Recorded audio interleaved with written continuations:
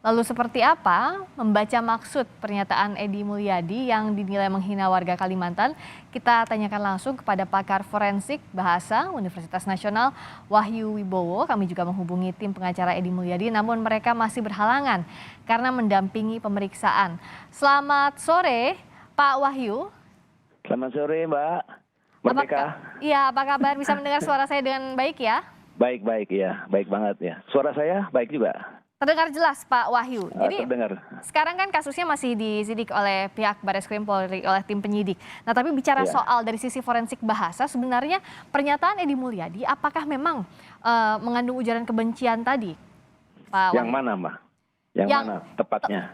Tentang Kalimantan dong, terkait dengan kasus ini. Jadi gini, Mbak.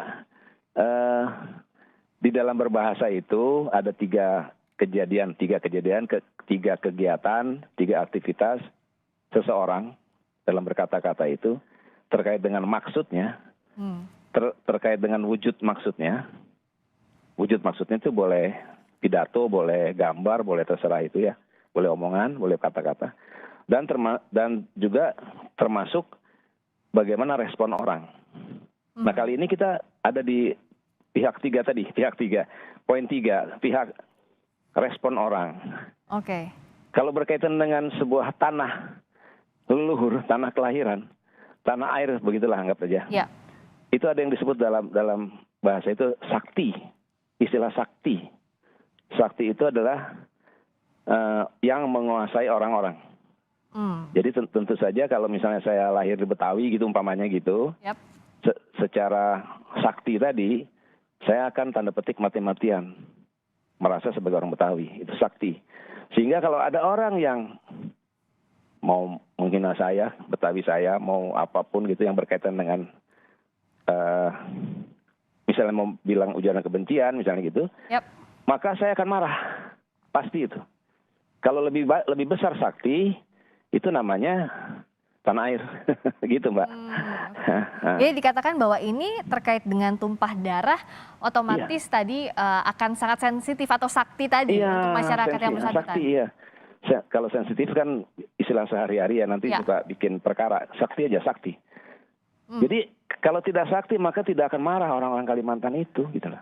Terkait dengan ucapan, misalnya tadi tempat jin buang anak. Ya. Gitu Mbak ceritanya. Nah, bicara soal ini kan sebelumnya tim pengacara Edi Mulyadi menyebut bahwa sebenarnya dalam video itu tidak mengucapkan terkait dengan Kalimantan atau tidak bermaksud dikatakan begitu. Tapi bicara soal jin buang anak ini bisa dikatakan secara langsung memang merujuk kepada itu ya, Pak Wahyu? Sangat, ya kan.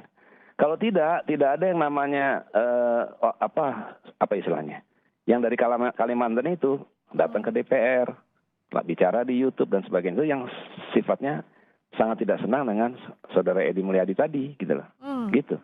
Nah, ada lagi satu hal yang juga sering kita lupakan, dalam berbahasa di media sosial, terutama kalau dilempar di media sosial, kita kadang-kadang kehilangan etika berbahasa, itu yang penting sebetulnya sih.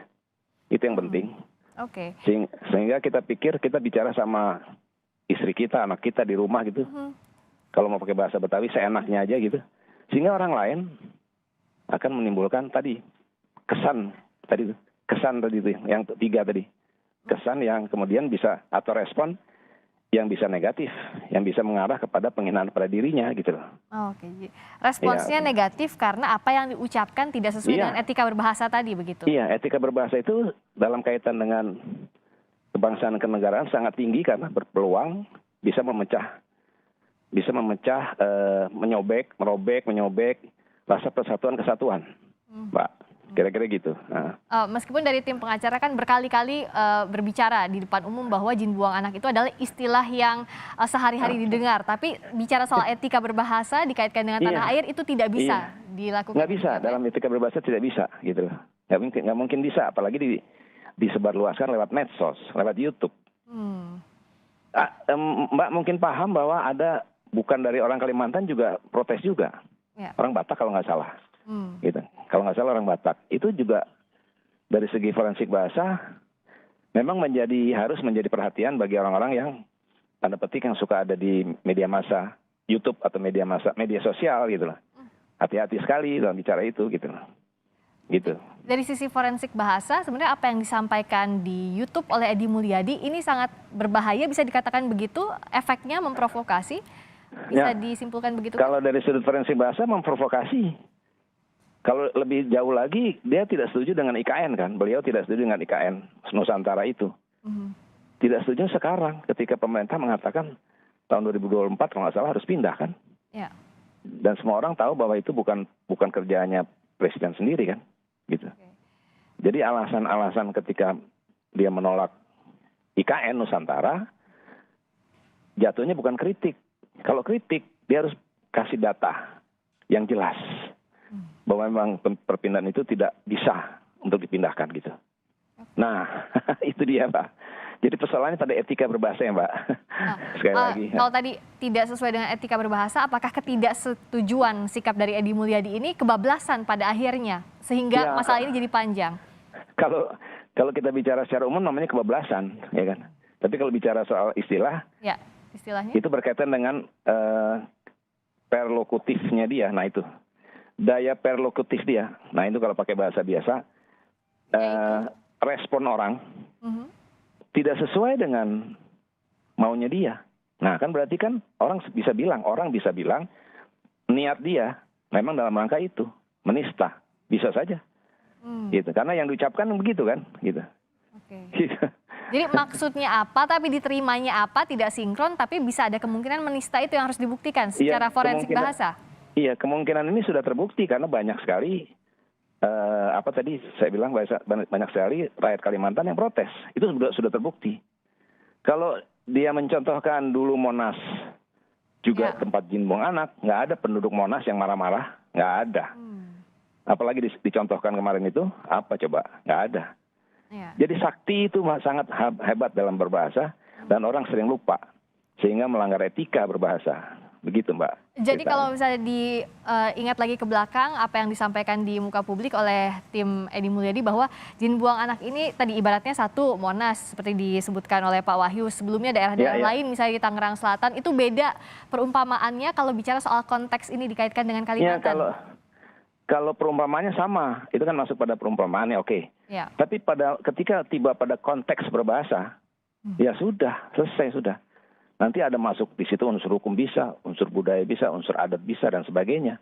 Dan itulah yang disebut mengapa sampai timbul itu, itulah yang disebut dengan ketidaktahuan beliau terhadap etika berbahasa. Etika berbahasa bukan sopan santun. Bagaimana kebebasan kita berbatas pada kebebasan orang lain. Hati-hati Mbak di situ. Itu.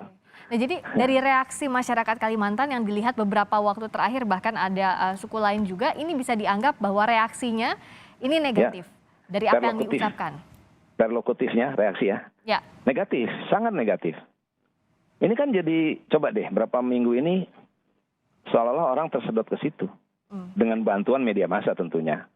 Kalau tidak diberitakan media massa juga kita diem-diem aja kayak zaman dulu kan Mbak. Gitu. Tapi karena bantuan media massa dan sebetulnya tidak masalah juga dibantu oleh media massa karena paham bahwa ada orang-orang yang mesti memahami etika berbahasa. Etika berbahasa ya. Gitu. Jadi ini masalahnya etika berbahasa. Kalau dianggap kritik dengan tadi melampaui etika berbahasa, itu apa batasannya Pak Wahyu yang bisa kita anggap ini mana kritik batasannya, mana kalau sudah melampaui itu, sudah tidak sesuai dengan etika? Kritik itu kan istilah lain dari kritein. Sebelumnya apa namanya asal muasalnya kritein membedah. Kalau membedah itu berarti dia bawa pisau, bawa gunting, bawa benang, bawa alat-alat itu, bawa bukti bahwa memang harus dibedah. Lah kalau kita bilang sebagaimana orang Betawi bilang bicara secara ini seperti ini gitu, tidak mematuhi etika berbahasa, maka bukan kritik dia, bukan kritik, ngatain kan? Itu berbahaya itu. IKN itu udah selesai loh. Dalam pengertian berbahasa sudah selesai loh, ya kan? Gitu. Jadi tidak sesuai dengan, tidak setuju dengan kebijakan, beda dengan yang tadi etika berbahasa yang tidak sesuai. Itu jadinya hasilnya berbeda akhirnya yang diterima oleh publik. Berbeda.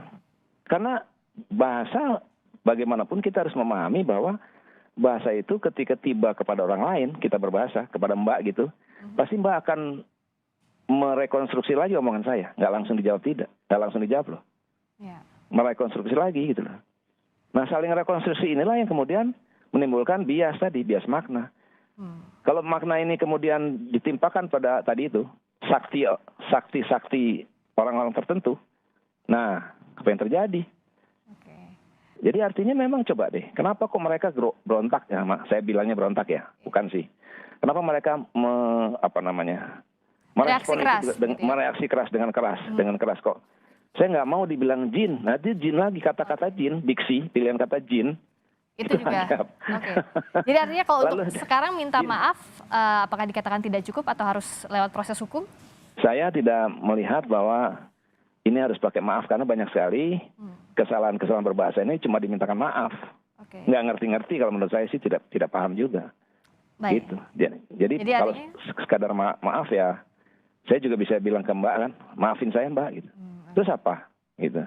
Nggak bisa baik. ini. Baik. Nah, Jadi iya, sekarang kita akan pantau juga bagaimana proses hukum yang berlanjut Iya, atas tadi, iya. dan ini mungkin jadi pelajaran agar hati-hati lagi dalam etika berbahasa. Terima kasih atas waktunya Pak Oke. Wahyu. Pak Wahyu Siap, Wibowo, pakar forensik Iya. bahasa Universitas Nasional telah bergabung di Kompas Petang. Selamat sore, sehat selalu.